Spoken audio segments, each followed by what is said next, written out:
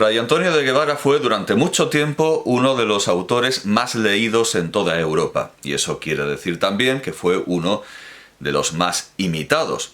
Hoy día es uno de los más olvidados y de los más secretos, y a nadie le da por leer a Fray Antonio de Guevara, y mucho menos por editarlo. Ediciones de Fray Antonio de Guevara, bueno, pueden conseguirse aquellas en las que yo empecé a leer este autor, las de Clásico Sebro, esta editorial didáctica, cuando la didáctica y la enseñanza eran otra cosa.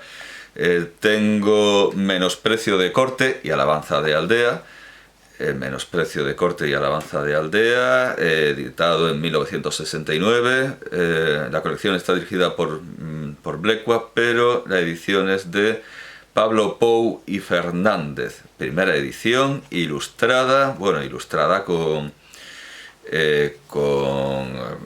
ornamentos, bueno, por supuesto con el retrato del autor, pero también con ornamentos editoriales de la época, páginas facsimilares. Esta es la portada, la portada, el frontispicio del libro llamado Menosprecio de corte y alabanza de aldea, compuesto por el ilustre señor don Antonio de Guevara, obispo de Mondoñedo, predicador y cronista, y del Consejo de su Majestad. Bueno, como digo, la edición es de Pablo Pou y Fernández, catedrático, en 1969, y hay un pequeño resumen cronológico de la vida de Fray Antonio de Guevara, obispo de Mondoñedo, 1481-1545, que está compartido con esta otra edición, las epístolas familiares, el mismo retrato, en edición de William Rosenthal, profesor de lenguas románicas en el Hunter College de la City University of New York.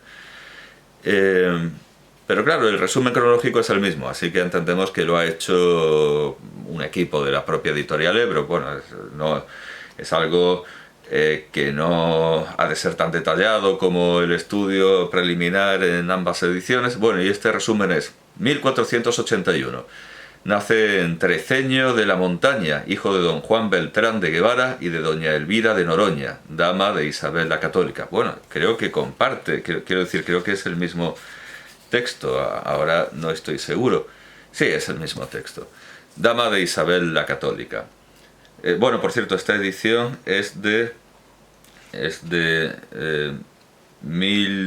también de 1969. 1492. Traslado de la familia Guevara a la corte de los Reyes Católicos, donde don Juan Beltrán llegará a ser mayordomo. Antonio empieza a estudiar bajo la tutela de Pedro Mártir de Anglería, Pietro Mártir de Anghiera. 1504. Muerte de Isabel la Católica. Luego entra don Antonio en la orden franciscana, terminando una juventud de galanteos. Qué bien, qué sintético. 1518. Sirve de guardián del monasterio franciscano en Ávila. Comienza el Marco Aurelio. Gana fama de predicador. 1523. Don Francisco Quiñones... Sí, he estado pensando, adelantamos la obra... No, todo llegará. 1523. Don Francisco Quiñones pone a Fray Antonio a la disposición de Carlos V. Se le celebra como bibliófilo e interviene en la corte para resolver cuestiones eruditas. 1525. Inquisidor y predicador para los moros de Valencia. 1526. Es nombrado cronista imperial, sucediendo a su antiguo maestro Pedro Mártir de Anglería. Conoce a Moisés Rubín en Valencia. 1527. Pesquisidor en el proceso de Toledo contra los magos de Navarra. Nombrado obispo de Guadix por Carlos V. 1523.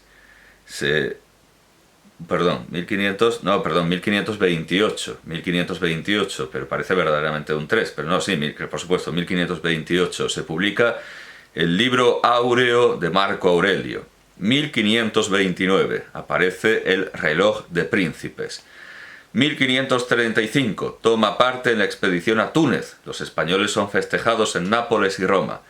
Guevara arguye con los rabinos italianos. 1536. Es nombrado obispo de Mondoñedo. 1539. Asiste al entierro de la emperatriz Isabel en Toledo. Se publican Una década de Césares, Aviso de privados, Menosprecio de corte, Arte de marear. 1539. Aparecen las epístolas familiares. 1542. Se publica el Oratorio de religiosos. 1544. Fray Antonio deposita su testamento en Valladolid. 1545. Antes de publicarse el Monte Calvario, muere don Antonio de Guevara en Mondoñedo. Estas ediciones de 1969 son verdaderamente un placer. El aparato de notas, incluso las propias ilustraciones. Y la otra edición, mucho más moderna, en la que se puede leer a Fray Antonio de Guevara, es esta del reloj de príncipes de la Conferencia de Ministros Provinciales de España, Confres. Bueno, evidentemente pues los propios franciscanos se han tomado la molestia de editar a su hermano de religión. Escritores, la colección este es el primer volumen de la colección de la serie de escritores franciscanos españoles. La edición es de Emilio Blanco y es de 2003, si no recuerdo mal.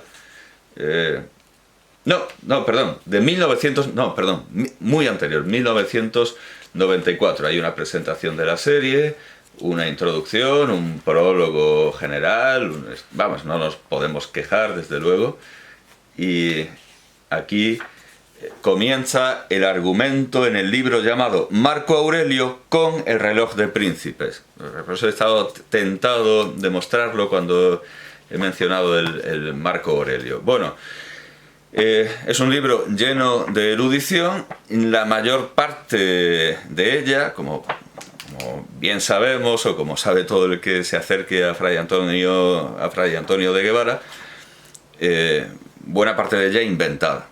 Buena parte de ella ejemplo moral o conseja, salida o del caletre de Fray Antonio de Guevara o de centones medievales de procedencia dudosa. Hay mucha erudición, pero la mayor parte de la erudición de Fray Antonio de Guevara es inventada, saca personajes de la antigüedad haciendo cosas que nunca hicieron o que en ninguna obra clásica aparece, o confundiendo una cosa y otra. La erudición es muy vasta, es una obra muy voluminosa, pero casi todo es invención.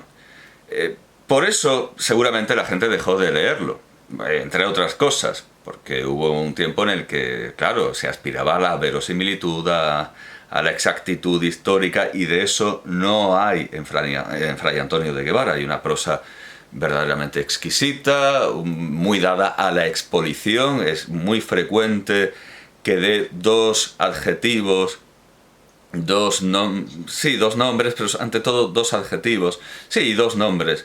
Es una técnica paralelística que remite desde luego a la Biblia, también muy dada al paralelismo, también muy dada a repetir lo mismo de dos maneras distintas. Y bueno, este es el estilo muy reconocible de Fray Antonio de Guevara. Como digo, casi nadie lee hoy día a Fray Antonio de Guevara, pero claro, al no querer leerlo, este nuevo público está condenado a leerlo por fuentes indirectas, porque si nosotros abrimos el Quijote, Cervantes cita al obispo de Mondoñedo y a sus epístolas familiares, y a su Tais y a su Lamia, que son invenciones, por supuesto. Es erudición inventada por el obispo de Mondoñedo, pero además en el interior del Quijote, por ejemplo, esa ira que toma Don Quijote porque lo llaman buen hombre, pues también procede de las epístolas familiares, en las que, bueno, creo que es porque hace mucho que no, creo que es en las epístolas familiares, a ver si hay un índice del nombre de las cartas,